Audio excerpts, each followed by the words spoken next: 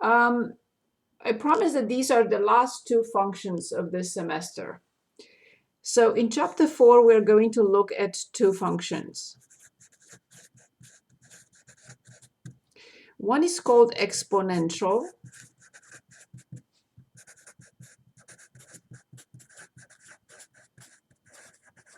And the other one is called logarithmic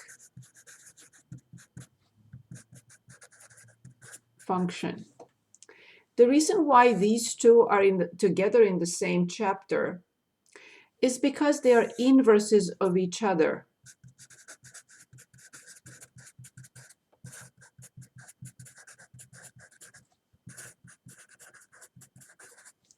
If you remember, we said that two functions are inverses of each other if I apply the exponential to the log and I get plain x, and then I apply the log to the exponential and I get plain x. If you remember, the property of inverse functions was the function composition with f inverse is plain x, and the other way around, f inverse comp f, both are equal and to plain x, not x squared, not x over 2, nothing. They cancel their effect. This one cancels the effect of this one on x, and I get plain x. Then this one gets cancel the effect of f, and I get plain x. This is what happens to these two functions. But before we get to this idea, we have to analyze them, graph them, discuss domain, range, etc., etc., etc. So we have to start with the exponential function. Okay? The exponential function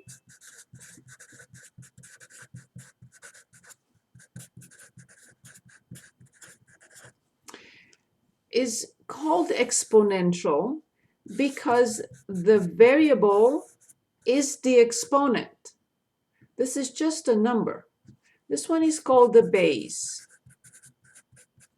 The base of the exponential function is just a plain number. However, it cannot be anything. So what are the options? Options for the base.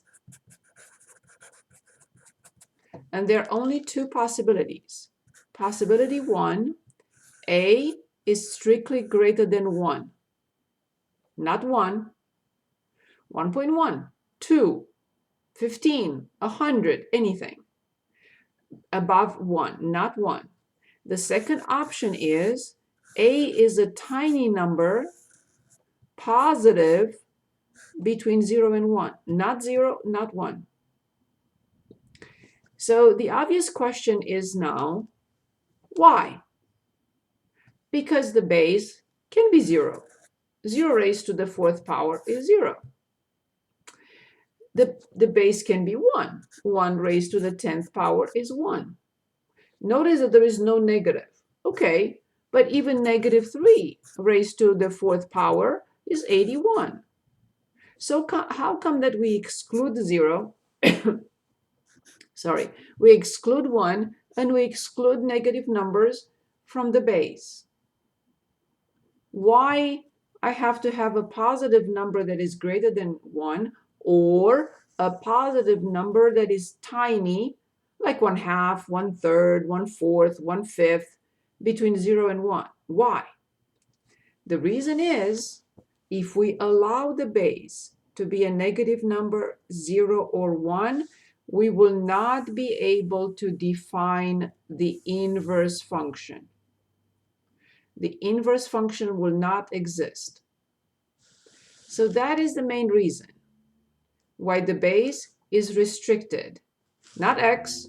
X can be anything. But the base is restricted either to numbers greater than 1 or tiny numbers between 0 and 1. Well, this function for this option will have a shape. The same function for the second option will have a different graph. So this function, based on the base, we'll have one graph with a base greater than 1 and totally different one with a base less than 1. So let's analyze the first case and then the second case. Stop if you have any questions, anytime, please. Okay, so let's look at an example with f of x equals 2 to the x. This is a base function, meaning very, very simple. Remember, we looked at base functions a lot when we used transformations. We said x squared is a base function, but I can have transformations, and then x plus 2 squared is a different, minus 3 is a different story. So the base function 2 to the x. Also, if you remember, we had the absolute value of x, which is the base function. But if I use transformations, I may have something like this, which is a different story. So this is the simplest form for the base 2, exponential 2 to the x. If I add 1 here and subtract 3 and what else I may think of doing, these are transformations already. So we are talking about the simplest possible exponential function with base 2. No transformations whatsoever. Okay. So when the idea here is to graph the function. First of all, domain. As we know, we always start with the domain when we graph a function. Well, domain, this happens that a function like this, exponential, the domain, if you remember, I like to call it friendly. What other functions are friendly? Polynomial functions are friendly. We never had restrictions on polynomials. Quadratic and cubic and so on and so forth. Absolute value, friendly, no restrictions. The same thing here. The exponential function has no restrictions, regardless whether the base is greater than 1, like in this case, or is between 0 and 1. It's a friendly function, no issues with it whatsoever. Okay, so when I create the table, I write negative infinity to infinity and f of x here. And I'm going to plot some numbers. I'm going to plug in some x values because it's everything. So let's say negative 2, negative 1, 0, 1, and 2. When I plug in negative 2, 2 to negative 2, 2 to negative 2 is 1/4. We know that. 2 to negative 1, we know it's 1/2. 2 to 0, we know it's 1. 2 to the first power, we know it's 2. 2 to the second power, we know it's 4. Okay, now I would like to be able to determine the end behavior. So where do you think we're going this way?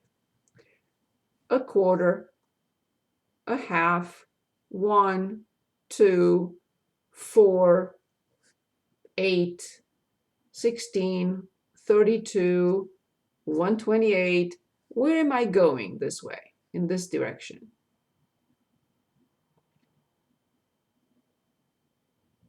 It's okay if you're wrong. Just say something, please.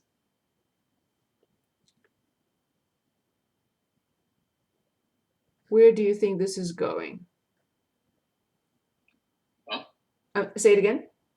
You're going up, positively up? Of course, of course, of course. Excellent. Let's go this way. 50 cents, a quarter, 1/8, 0.12 in other words, 1/16, 1/100, 1/1000, 1/1,000,000. Where am I going this way? Negative infinity? There is no such thing. I never mentioned anything with negative. So 1/4, 1/8, 1/16, 1/32, 1/128, 1/1,000,000.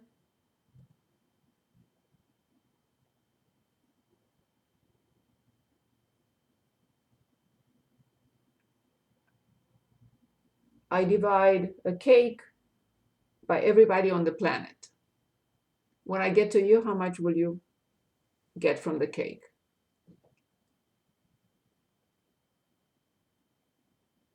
I know it's a silly example. 1 over infinity? Yes. How much is 1 over infinity? Correct. Put in the calculator 1 and divide it by 1,000,000 and see what you get.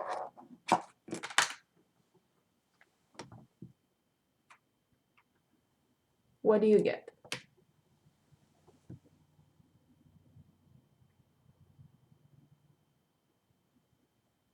What was the horizontal asymptote of type 2?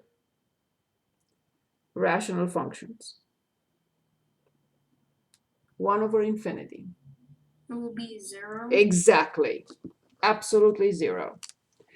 See, this is very interesting. We have never seen this before. So this function has a horizontal asymptote only when x approaches negative infinity, but it does not have a horizontal asymptote when x approaches positive infinity.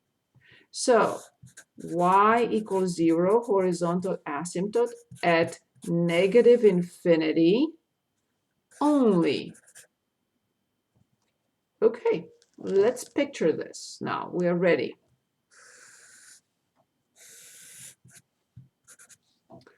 So this is an overkill. So the horizontal asymptote is only at negative infinity, but I cannot just graph this piece.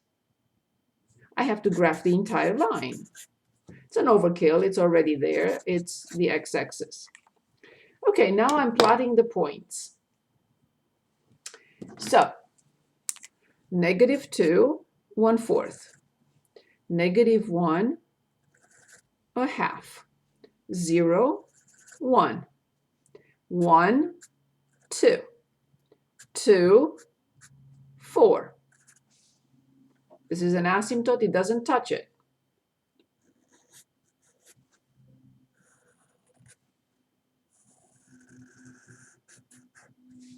This is the graph of 2 to the x. It looks like it's touching in my case. I'm sorry. It's getting closer and closer to it. So what can you say about this function? And the answer is a lot. I can say the domain is all real numbers. Can anyone identify the range for us?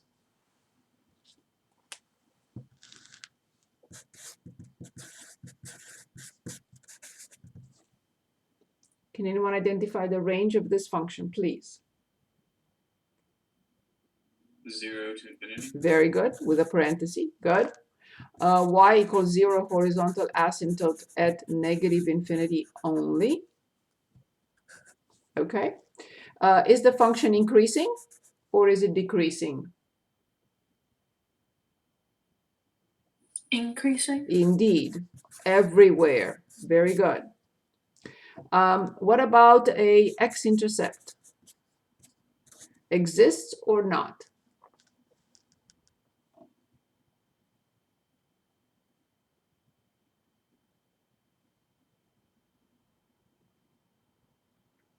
Does it cross the x-axis?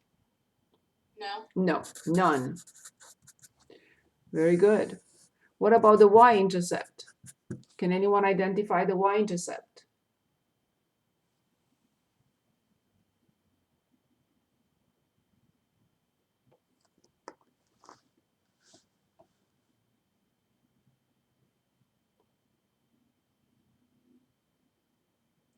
The y-intercept.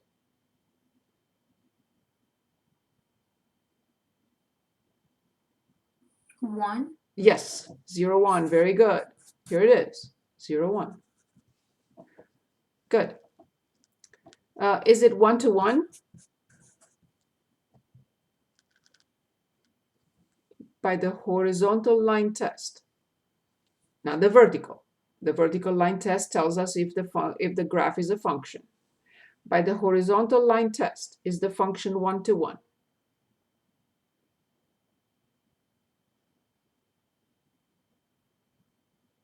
Yes. Yes. Which means, does it have f inverse or not?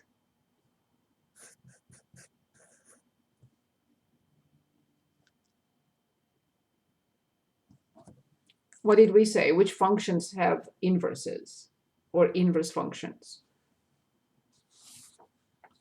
Only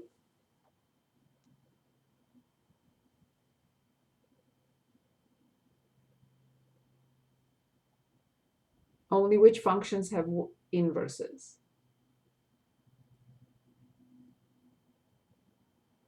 Anyone remembers?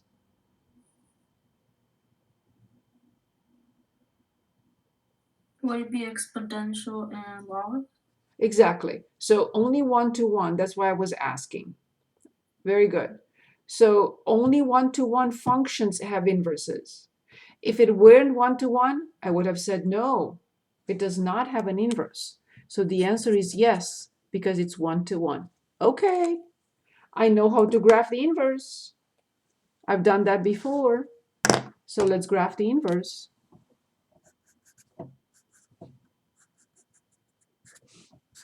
If you remember, it's a mirror image of this graph with respect to y equals, sorry. Thinking and not writing, but not thinking. So it's a mirror image of this graph with respect to y equals x. And we have to graph y equals x before we present the image. Okay. If this is 0, 1, what is the opposite? I shouldn't say opposite, but what is the opposite concerning over y equals x? 1, 0. Indeed. Indeed. Here it is. This is the inverse function of 2 to the x. So keep in mind the graph. We're going to come back to it when we finish all the other option for the exponential.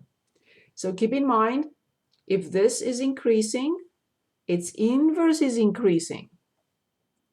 And what is the problem with the inverse? The domain is the problem with the inverse. Because remember what we said with inverse functions.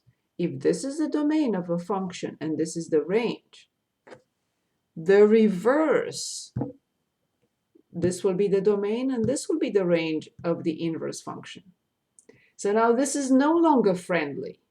This is, because it's defined everywhere. But this one is not, because it's defined only on 0 to infinity. And it has a vertical asymptote. This one has a horizontal asymptote. This one has a vertical asymptote. And this is a problem, like the square root, like 1 over x. This joins the category of functions with restrictions. The domain of this function is 0 to infinity. So this function exists only for positive numbers, not even 0. Okay, we'll get to this graph a little bit later. Now I would like to look at the other shape. So this was an exponential function with option 1 with a base greater than 1. And look at how many properties it has. And it has a lot of applications in real life situations. Now, there are two very special exponential functions. Special, so to speak, exponential functions. 10 to the x and e to the x. Now, I'm going to share my screen because I want to show you something. And why are they so special? This is not the reason why. So see here, this is 10 to the x. It's activated with a blue key, with a second key. Some calculators have it in yellow. I shouldn't have even said blue. So with the second key, 10 to the x, and also with the second key, e to the x. So these are so common that they have their own key in the graphing calculator. So back. Now, this one is called common exponential function. This one is called normal exponential function. Both bases are greater than 1. Their shape will be the same. They may be a little bit closer to the y-axis, maybe a little bit further away from the y-axis, but they will have the exact same shape.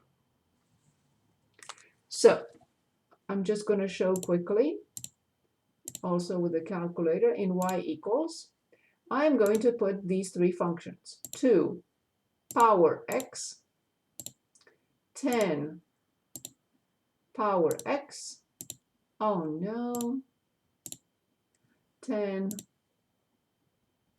power x, and e power x. Okay. So notice purple, red, and black. This one, the red one, will be the closest to the y-axis. Then this one, and then this one. Why? The higher the base, the bigger the number, which means will be closer to the y-axis. So red, and then black, and then purple. I'm going to use the viewing window that is standard. Okay, red the closest, black, and blue. 10 to the x, e to the x, 2 to the x. Of course, this is impossible. They're not all overlapping with the y, with the x-axis. No, no, no, no, no. Okay? And as you see, all of them, when x is 0, y is 1. They cross the y-axis at the same point. Okay, now we are ready to look at the second option. What is the second option? When the base is very small, 1/2, 1/10, 1/3, 1/4, a positive number between 0 and 1. So we're going to look at, let's say, f of x, 1/2 to the x. Same thing, domain, range, etc., etc. We're going to write and graph and analyze the graph. Same numbers, -2, -1, 0, 1, and 2. Careful, when I plug in -2, 1/2 to -2, I flip and it's 2 squared, which is 4. 1/2 to -1, I have to flip, so it's 2. Of course, when I plug in 0 is 1. When I plug in 1 will be 1/2. When I plug in 2, it will be 1/4. Now we have to discover the end behavior. So let's go this way first. 1, 2, 4, 8, 16, 32, 128, 10,000. Where am I going?